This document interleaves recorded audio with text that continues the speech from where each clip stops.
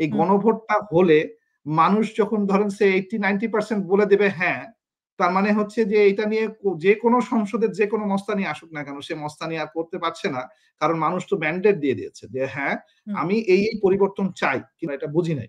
এখন বুঝতে হবে যে এই জুলাই সনদের সময় এসে গেছে বোঝার। সো তার মানে ধর্মনিরপেক্ষতা এই শব্দটাকে নিয়ে মানে সমস্যাটা কার? সমস্যা ইন্ডিয়া। ডক্টর ইউনূসের হয়তো উদ্দেশ্যই ছিল যে এনসিপিকে শক্তিশালী করা, কারণ আপনি প্রথম থেকেই ডক্টর ইউনূস ৩টি দলের মধ্যে এনসিপিকে সাথে নিয়ে এসেছে, মানে এ ক্যাটাগরির দল হিসেবে প্রতিষ্ঠিত করার চেষ্টা করেছে, এবং সেই সুবাদেই কি এখন এনসিপিকে সুবিধা দেওয়ার জন্য, নাকি আসলে মানুষের ভালোর জন্য, না, জনগণের ভালোর জন্য? হুম এখানে এই আমি ঠিক এভাবে দেখি না। এনসিপি কে সুবিধা দেওয়ার জন্য যতটা না উনি করেছেন তার থেকে বেশি করেছেন হচ্ছে বড় দলকে অসুবিধা না দেওয়ার জন্য।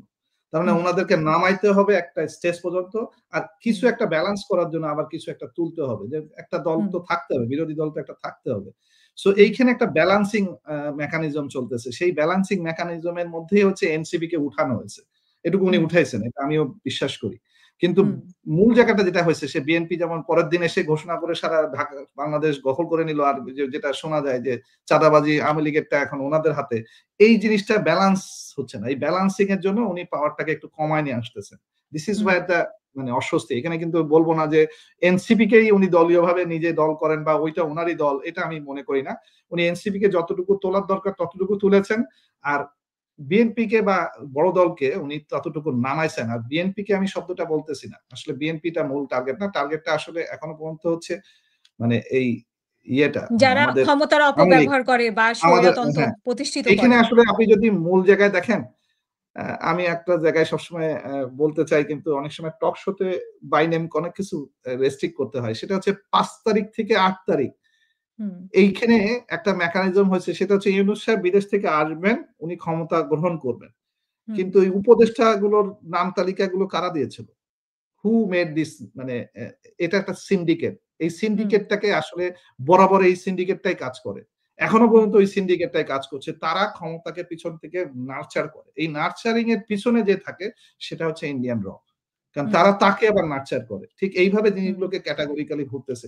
তো তারা যেটা করতেছে, তারা ওই এখনো পর্যন্ত ওই বলয়টাকে নিয়ে ঘুরতেছে। আর তাদের মাঠের মধ্যেই যারা কাজ করছিল, যারা খুন করে ফেলছিল, যারা মার্ডার করে ফেলছিল, তাদেরকে এখন যখন এই ১৫ জনকে যখন মনে করেন জেলে নেওয়া যাচ্ছে, তাহলে সেনাবাহিনী খেপে যাচ্ছে। এই যে একটা মানে পপিং করানো হচ্ছে, এগুলো সব এই সিন্ডিকেটের মাধ্যমেই হচ্ছে। ঠিক আছে?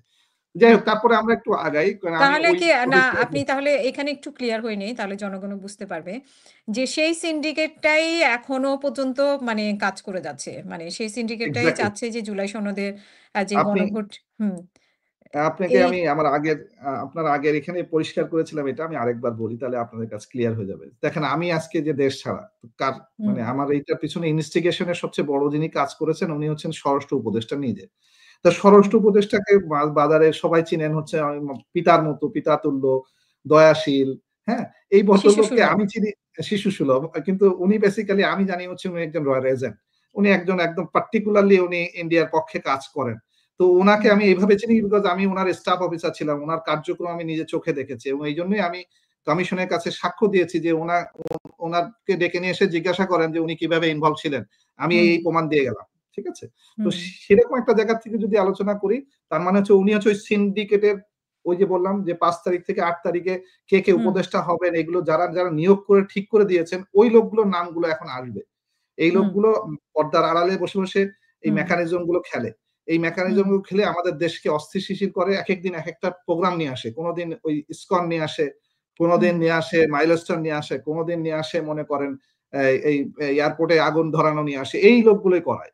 These are the people who make the design, এবং এদেরকে করে দেওয়ার পিছনে আরেকজন পিছনে ডিজাইন করে, দ্যাট ইজ র। এই জিনিসটা আস্তে আস্তে মানুষের কাছে ক্লিয়ার হচ্ছে। এটা আরো ক্লিয়ার হয়ে যাবে। এই ইলেকশন যেতে যেতে মানুষ বুঝে যাবে যে আমরা কিভাবে প্রভাবিত। এখানে বিএনপি, আওয়ামী লীগ, দলীয় দলাদলি, জামাত ইসলাম এগুলোকে আসলে নিয়ে আসেন না। কারণ এগুলো আসলে না।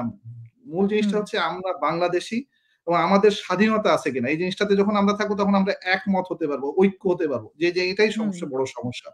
কেউ বিএনপি করে করুক না ভাই। সে যদি মানে বিএনপি করে যদি কেউ দলীয়ভাবে নেতা হয়, মন্ত্রী হয়, তাতে আমার সমস্যাটা কোথায়? আমার তো কোনো সমস্যা নাই। কেউ যদি জামাত থেকে হয় তাহলে আমার তো সমস্যা নাই। কেউ যদি এনসিপি থেকে ২-১ জন উঠে এসে প্রমাণ করতে পারে সে একটা ভালো নেতা, হোক না কেন? হুম, হোক। কেন এই যে হুম, মানে কয়েকটা ইউনিভার্সিটিতে ইলেকশনে এরকম জিনিস ঘটে গেছে। তো হোক না, সমস্যাটা কোথায়? এখানে মানুষ যদি গ্রহণ করে তাহলে আপনিও গ্রহণ করবেন। কিন্তু হুম, সমস্যাটা এখানে না। আলোচনাটা কোথায় যে মানে ডিবলিং খাচ্ছে সেটা হচ্ছে বেসিক্যালি ইন্ডিয়া। কারণ তাদের হুম, কাছ থেকে আমরা তো আসলে মুক্তি হই নাই। এই মুক্তি হুম, না হওয়ার পেছনে ওই সিন্ডিকেটটা কাজ করছে। এখন ওই সিন্ডিকেটটা হচ্ছে দুর্বল মানে হুম, হয়েছে, কিন্তু আমি বলব যে লিমিট অমিট হয় নাই। এখনো এই জুলাই হুম, সনদকে শেষ পর্যন্ত নিয়ে যেতে পারলেই তারা একমাত্র অমিট হবে। তার আগ পর্যন্ত এরা অমিট হবে না। এরা আমাদের ঘরের মধ্যেই আছে। এরা আমাদের বাংলাদেশেই থাকে। বাংলাদেশেই তারা মানে মনে করেন সর্বোচ্চ প্রোটোকল নিয়ে ঘোরে। একজন ডিবি প্রধান কে হবে তাকেও প্রধান হবে কি হবে না ঘুরায় দিতে পারে। কাকে মার্ডার কেস সাজানো হবে না কাকে গুম সাজানো হবে এটাও এখনো পর্যন্ত তারা কন্ট্রোল করে। যেহেতু স্বরাষ্ট্র হুম, উপদেষ্টাও তাদের হাতের মধ্যে। এ এ প্রধান সেনাপ্রধান তাদের হাতের মধ্যে। হুম, কিন্তু ইউনূস সাহেব কি করতেছেন? ইউনূস সাহেব হচ্ছে intellectual গেম খেলতেছেন। কিন্তু উনি হুম, জ্ঞানী মানুষ, উনি জ্ঞান দিয়ে খেলতেছেন। উনি হুম, ওইটাকে এই জুলাই সনদ থেকে স্টেপ বাই স্টেপ উনি কনভার্ট করে একটা গণভোটে নিয়ে যাচ্ছেন। হুম, এইটাতে আসলে আসেন দেখেন কোন জায়গাটায় সমস্যা হচ্ছে। রাজনৈতিক বিতর্কতে নিয়ে আসছে এখন বিএনপি। কিন্তু হুম, আসলে বিতর্ক না কিন্তু। কেন বিতর্ক না আমি এই জিনিসটা ক্লিয়ার করে দিই। এটা হচ্ছে বাম মুক্তিযোদ্ধাপন্থী একটা মানে ভাষা আসছিল। ১৯৭২ সালে যেটা আসছিল সেটা হচ্ছে ভারত সমর্থিত ধর্মনিরপেক্ষতা। আবার বলতেছি হুম, ধর্মনিরপেক্ষতা। আর বদলালে কি আসবে? ওটা হচ্ছে সাম্প্রদায়িকতা ফিরবে। হুম, সাম্প্রদায়িকতা মানেটা কি? আপনি যে ধর্মই পালন না করেন, আপনি আপনার মতো থাকবেন। আমি সাম্প্রদায়িক হিসেবে আপনাকে কোন অ্যাটাক করব না। সাম্প্রদায়িকতা। কিন্তু যখন ধর্মনিরপেক্ষ শব্দটা বলবেন, আপনি হিন্দু না মুসলমান, আপনি কি গরু খাবেন না আমি আমার বাসায় গরু এইটা নিয়ে হুম, আমাকে একটা আইন থাকতে হবে, একটা বিভেদ থাকতে হবে। তার মানে কি আপনার মাথায় ব্রেইনে আগে ঢুকায় দিচ্ছে যে আপনি আসলে গন্ডগোল করবেন। হুম, ধর্মনিরপেক্ষতার শুরুটা বলা দরকার নাই। আমি তো আমার মুসলমান ধর্মে তো শিখাই দিয়েছে যে আমি আরেকজনের ধর্মকে কখনো বাধা দিতে পারব না। আমি তার কোন চর্চাকে নষ্ট করতে পারব না। তার বিশ্বাসকে তার বিশ্বাসের জায়গায় থাকবে। এটা তো আমার ধর্মেই বলতেছে। তো আমার তো হুম, ধর্মনিরপেক্ষতা আমার এই মানে সংবিধানে নিয়ে এসে কি করা হচ্ছে? নিয়ে এসে ওটাকে বরং ইনস্টিগেট করে খেলা হচ্ছে। কারো একটা হুম। রাজনৈতিক যেটা ইন্ডিয়া বানায় দিচ্ছে আমাদের মাথার মধ্যে। এই জায়গা থেকে এখন সরার জায়গা চলে আসছে যেটা এই জুলাই সনদ। দিস ইস নাম্বার মানে 1 জুলাই নাম্বার সনদের আইনি ভিত্তি যখন বাস্তবায়ন হবে তখন এক্সাক্টলি, এখান থেকে। এক্সাক্টলি। তখন কিন্তু দেখবেন ওই যেটা বলা হচ্ছে ধর্মনিরপেক্ষ যে আইনি ভিত্তি দেওয়ার মতো ম্যান্ডেট এই সরকারের নেই। হ্যাঁ, নাই কিন্তু সরকার তো সুন্দর করে এটা বলে ফেলেছে। সেটা হচ্ছে মানে আপনি যদি ৭২ এর সংবিধানকে চেঞ্জ করতে চান, তাহলে কি হুম, করতে হবে সেটা কিন্তু এই সনদে বলে দেয়া হচ্ছে এবং সুপারিশে বলে দেয়া হচ্ছে। সুপারিশে বলতেছে যে গণভোট হবে। যেখানে আপনি যে বলতেছিলেন হ্যাঁ আর না। এই হুম, গণভোটটা হলে এই হুম, গণভোটটা হলে মানুষ যখন ধরেন সে 80-90% বলে দেবে হ্যাঁ, তার মানে হচ্ছে যে এটা নিয়ে যেকোনো সংসদের যেকোনো মস্তানি আসুক না কেন সে মস্তানি আর করতে পারছে না। কারণ মানুষ তো ম্যান্ডেট দিয়ে দিয়েছে যে হ্যাঁ, হুম, আমি এই পরিবর্তন চাই। কিন্তু এখন বলতেছে আমি চাই না, বিএনপি চায় না তো জামাত এটা চায় তো অমুক চায়। তাদের নাম দিয়ে চালানো হচ্ছে। আসলে এগুলো কোন নাম না। এগুলো হচ্ছে ইন্ডিয়া ভার্সাস বাংলাদেশ। এখানে হুম, আসলে দল কিন্তু বিএনপি বা আ জামাত বা এনসিপি না। এটা মানুষকে হুম, খাওয়ানো হইতেছে। হুম, মূল জায়গাটা হচ্ছে এই জায়গায়। মূল জায়গাটা হুম, হচ্ছে যে আপনি ভারতের চাপানো মডেলটা নিচ্ছেন কি নিচ্ছেন না। এখানে হুম, বাংলাদেশের সার্বভৌমত্ব আপনি গড়তে পারতেছেন কি পারতেছেন না। This is the actual fact. এইটাকে বিভিন্ন নামে অন্য টার্মিনোলজিতে নিয়ে আসা হচ্ছে। সালাউদ্দিন সাহেবের যদি টার্মিনোলজি গুলো বলি আমি ধরতে পারি যে উনি কি টার্মিনোলজিতে কথা বলছেন। এখন হুম, আসলে আরেকটু গভীরে যাই তাহলে আমরা জিনিসগুলো আরো ক্লিয়ার হবো। মানে ধরেন হুম, ধর্মনিরপেক্ষতা হারালে কি হবে? অস্থির প্রতিবেশী পাবেন। কেন? আপনার সমস্যা হবে না। সমস্যা হবে ইন্ডিয়াতে। হুম, আপনি কি সমস্যা হবে? কারণ ওদেরই আসলে অরিজিনালি সমস্যা আছে। They have a problem with মানে ওদের তো অনেক ধর্ম, অনেক ভাষা, অনেকগুলো স্টেট। এই স্টেটের হুম, মেকানিজমটা ওরা যে জিনিসটা ধর্মনিরপেক্ষতার নাম দিয়ে চালাচ্ছে, কিন্তু চালাচ্ছে কারা? চালাচ্ছে হুম, অজিত সাহেবের মতো লোক, হ্যাঁ? যারা হচ্ছে অজিত পাল। কট্টর মানে ধর্মপন্থী এবং যারা বাবর মসজিদ ভাঙছে, যারা ইসলামকে মানে পুরারে ডাইরেক্টলি বলে যে তেলাপোকা, ডাইরেক্টলি বলে যে মসজিদ ভাঙ। তার হুম, মানে হুম, কি হুম, তারা আসলে অরিজিনালি সমস্যা। আমাদের সমস্যা না। আমরা হুম, মানে ন্যাচারালি মানে খুব শান্তপ্রিয় একটা দেশের মানুষ।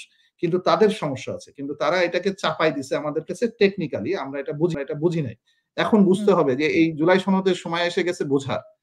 হুম, সো তার মানে ধর্মনিরপেক্ষতা এই শব্দটাকে নিয়ে মানে সমস্যাটা কার? সমস্যা ইন্ডিয়া। এখন আসলে হুম, সমাজতন্ত্রবাদ। তার মানে হুম, এটা কার? এটা হচ্ছে বামপন্থী বাংলাদেশের একটা শেষ পর্যায়ে। হুম, সমাজতন্ত্রবাদ কেউ গ্রহণ করতেছে, আবার এটা যখন ব্যাখ্যায় আবার কিছু চলে যাচ্ছে বামপন্থীতে। আসলে আপনি কতটুকু সমাজতন্ত্রবাদ নিবেন? কারণ সমাজতন্ত্রবাদ যখন মার্কাসের থিওরি যখন তৈরি হয়েছিল, সেই সময়কার সমাজতন্ত্রবাদ আর এখনকার সমাজতন্ত্রবাদ এক নাই কিন্তু। It has hmm, become more modern. আপনি অ্যাকসেপ্ট করে নেন। তার মানে হচ্ছে সমাজতন্ত্রের মূল লক্ষ্যটা, মূল জায়গাটা কি? সেটা হচ্ছে আপনার যা সম্পদ তার সমবন্টন। তার মানে হুম, আপনার ঘরেও সম্পত্তি যা থাকবে, আমার ঘরেও, আমি যদি মানে ভাত খেতে পাই, আপনি ভাত খেতে পাবেন। মানে দিস ইজ হাউ সমবন্টন। তো সমবন্টন তো হুম, এটা আধুনিকতায় বলেই দিচ্ছে যে যখন আপনি আপনার অত্যাচার করবেন না, তখন আমি আমার যোগ্যতা অনুযায়ী যেটুকু অর্জন করব সেটুকু দাবিদার তো আমি থাকবই। তাই না? হুম, তো এইখানে এই যে মানে বড় ব্যবসায়ীরা যেমন ধরেন বসুন্ধরার মতো সিন্ডিকেট, ইউনাইটেড এর মতো সিন্ডিকেট, তারা একটা পাওয়ার সেক্টর দখল করবে, তো এই সেক্টর দখল করবে, তো অমুক সেক্টর এই হুম, জিনিসটা থাকবে না। এইটা হচ্ছে মানুষের বোঝার দরকার। তার মানে এটা হুম, জুলাই সনদে ঠিক আছে। এটা it's not a bad thing. Hmm. এটার মানে এই নয় যে তারা মানে যেই বামপন্থীতে চলে যুক্তিটা যাচ্ছে। দাঁড়ানোর চেষ্টা করানো হচ্ছে যে এটা আইনি ভিত্তি দেওয়ার কোনো রাইট এই সরকারের নেই। কিন্তু যখন গণভোট হয়ে যাবে তখন এটা এক্সাক্টলি। পুরোপুরি মানুষের তখন মানে ভোট রাইট। ম্যান্ডেটেই মানুষের হয়ে ভোট, যাচ্ছে। সো মানুষের এখানে ম্যান্ডেটে আর হয়ে কোনো যাচ্ছে। আইনগত কোনো লঙ্ঘন হচ্ছে না। আর